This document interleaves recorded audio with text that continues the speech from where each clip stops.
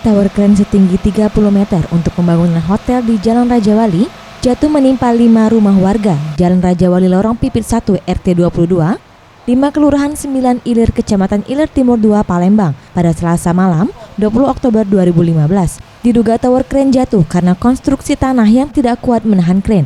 Akibatnya kren jatuh dan menimpa 5 rumah warga serta menimpa 2 mobil yang sedang terparkir.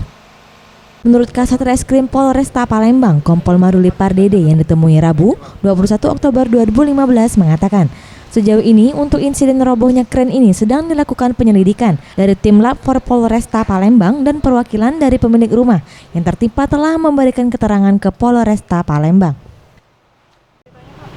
Ceritanya tadi malam jam 19.30 kurang lebih, tower kren ini roboh menimpa 5 rumah dan 2 kendaraan minibus milik warga di sekitar lokasi.